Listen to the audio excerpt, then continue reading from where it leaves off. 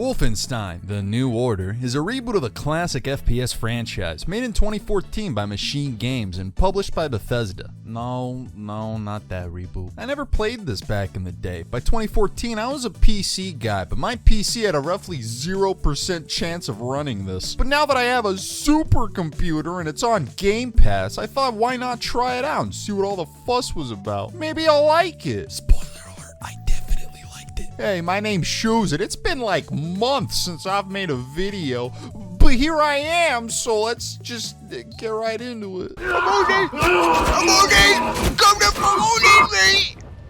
Average British interaction. Let's start with the presentation of Wolfenstein. This is a damn good looking game. I mean, I know this ain't as old as the usual stuff I covered, but still, it holds up remarkably well. The textures are great and the animations are solid. If you told me this came out today, I could believe it. That being said, I think they achieved some of this via devious means. Alright, so New Order has a lot of film grain. I don't get it. Why would anyone want film grain in their video game? Quick question. Do you like film grain? Another question. Do you know what film grain is? All this fuzzy shit here, that's film grain. It's nothing more than a filter slapped on top of the picture to make it less defined and blurry. You might have guessed by the name, but film grain is a real property of film, like actual physical film reels. It's caused by imperfections in the material and was never a stylistic decision on the part of filmmakers. So it really baffles me why game developers keep slapping this shit onto their games. What exactly does a bunch of blurry white pixels all over the screen add to the visuals? Nothing. Literally nothing. They detract from it. There's actually only one scenario in a video game where film grain is appropriate. And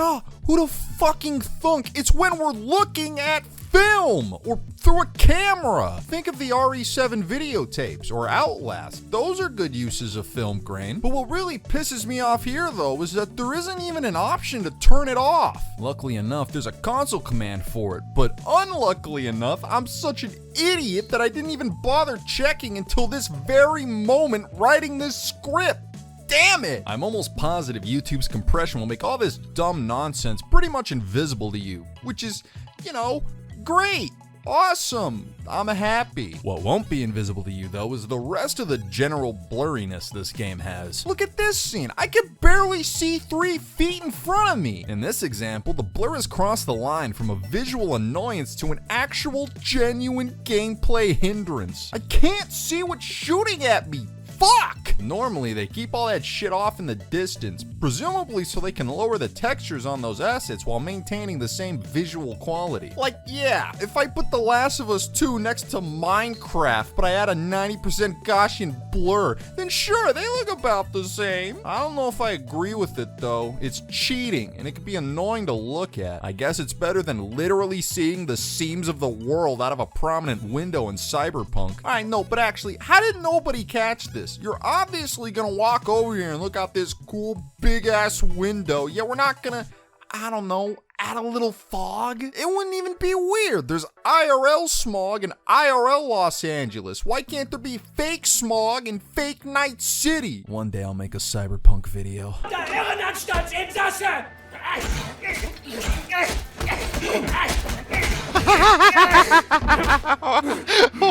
What the fuck? Anyway, back on topic. There's a console command for all this post-processing too. A console command that, again, I didn't even know existed before writing this script. I really dropped the ball on this one. I got no clue why I didn't bother looking this shit up during my playthrough. You guys should really learn from my mistakes. So your game will be a lot less blurry, but it'll still be locked at 60 FPS. Fuck! There's a fix for that too? Why didn't I look any of this up? Yeah, being locked at 60 isn't great, for me at least, but whatever. None of this was enough to ruin my experience or anything. It just isn't ideal. So now that I'm done bitching about the post-FX settings and we're talking about presentation, let's take a look at what might just be my favorite intro to a FPS game ever. I hate modern games and their propensity to front load several hours of boring ass tutorials and world building at the start of them. If you ask me, the faster you can get me into the deep end, the better. One of my favorite video game intros is Hyperlight Drifter. A couple minutes of beautiful cutscenes and you're in, playing the game. The actual game, not tutorial bullshit. I'm really glad New Order goes full into this idea. This section doesn't feel anything like an intro level. It just feels like a level. The game starts off running, immediately giving you a taste of its experience up front. It's not often I'm having a blast in the first hours of an FPS game. Hell, damn near any modern game. It's a masterclass of an intro. It sets the stage and the villains, builds relationships to important characters we'll be interacting with for the rest of the campaign, and delivers on its gameplay right away. But is that gameplay any good?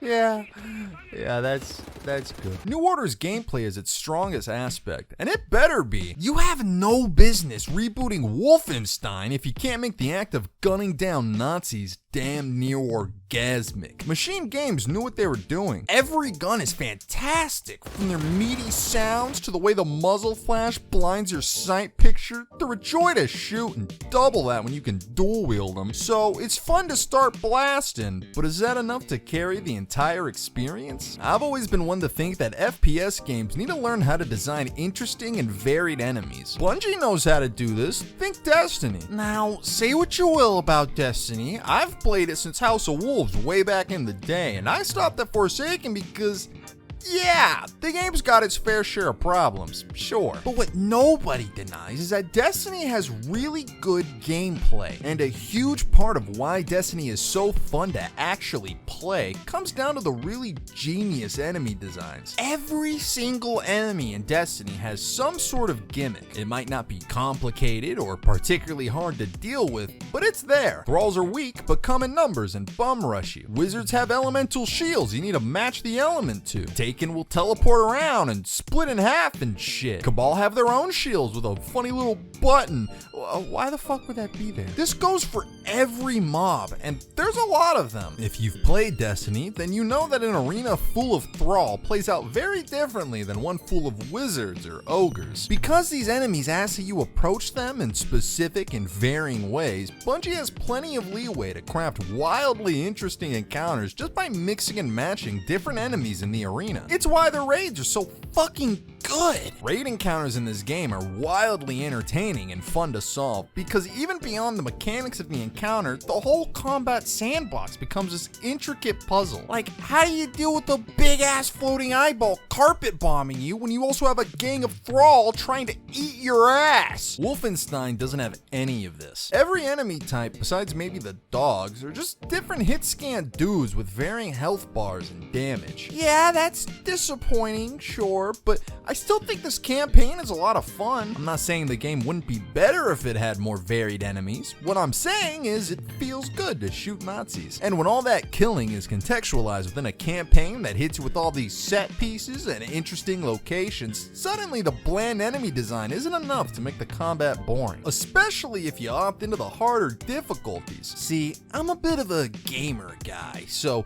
naturally I played New Order on its hardest difficulty, Uber, and I gotta say, Uber don't fuck around. Enemies just eat lead, and you'll fold to them like a cheap plastic chair. If anything, the higher difficulties really necessitate the use of the game's cover mechanics. Yeah, Wolfenstein is a cover shooter now. You'll pop up when you aim down sights behind a wall, and you can even lean. Damn. You might not even realize this shit exists, but when all it takes is a few microseconds of exposure to a room full of hit scan death machines to put you down, then you're gonna need to start utilizing some of them chest-high walls. I like playing this game on Uber. It was fun, and if you're looking to challenge yourself, I can recommend it. But I didn't actually beat the game on Uber. I turned it down on the last level. I know, I'm a coward, a fool, a real dumbass, but let me explain. So, the final few arenas in this game get pretty difficult, which is good. We expect a nice challenge at the end of our campaign. But it wasn't very fun to play on Uber, specifically this section. Why? Well, because they kept throwing these big bot guys at me. These enemies hit like trucks and take a ridiculous amount of damage, which is all fine and good, really. My main issue here was that the dominant strategy to get past this was to run back into the previous room and infinitely recharge my laser weapons. You can probably tell this wasn't very riveting gameplay, and the worst part is I was still dying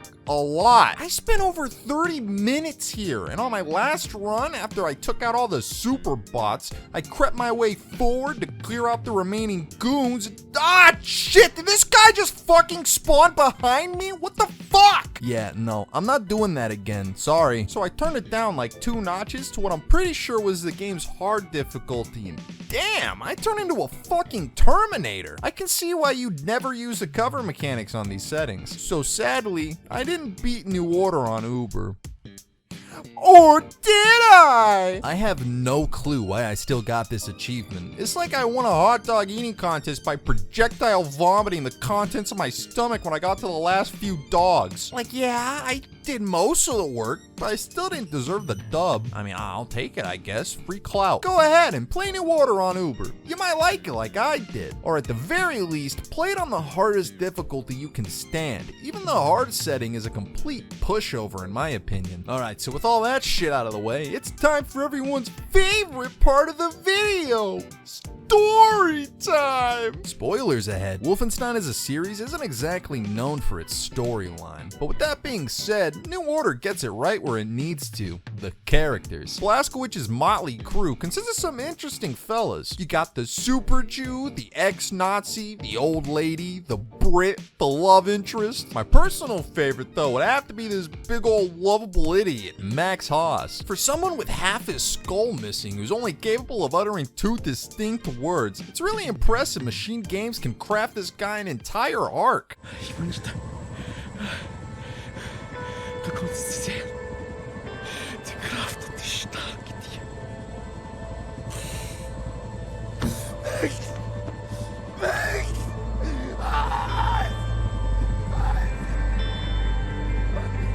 Really pulls at the heartstrings and all that shit. But of course, the main attraction has gotta be the big man himself, BJ Blazkowicz. He's a great protagonist, like if the Doom guy had feelings. He's a one-man army, a Nazi killing machine, but he's also a poet. I think I see someone. These things, none of it for me. I like how they humanized him. I could have a beer with this guy. They don't go too overboard with it though. Sure, he's human, but he's also the 5th horseman of the Nazi apocalypse, and that still very much takes center stage. World changing. No matter who you are or what you're made of. Thing is, you and me, we just gotta ride the whirlwind.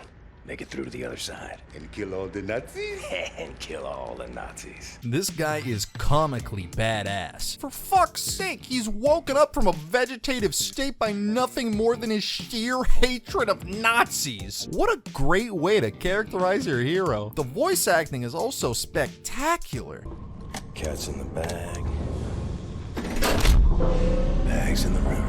The actors all do a great job in their roles. There wasn't a single bust when it came to the voicing. Everybody knocked it out of the park. And their performances are helped along by the cinematography. All these cutscenes are shot really well with interesting angles and cuts. It's a blast watching all these characters in motion. Okay, now I'm not gonna itemize all the individual parts of the plot, mostly because I don't fucking remember them. You're the Resistance. You resist. You go to the moon to steal some nukes. I remember that part, but the rest is just kind of unimportant. It's a vehicle to put you in front of meat sacks, and it does that well. And that's Wolfenstein The New Order. It's an absolute bona fide classic that slaps as hard today as it did 8 years ago. The only fault I can leverage on it is that the video options on PC aren't the greatest, but even then, there are workarounds. And it's on Game Pass, so really, there's no excuse excuse to not play it. And there's definitely no excuse to not sub to my channel, besides my upload frequency. So if you like the video, like it, and comment other old games you think stand up to the test of time. Next video is gonna be about a couple made men busting legs and running schemes, so look forward to that. Anyway, thanks for watching.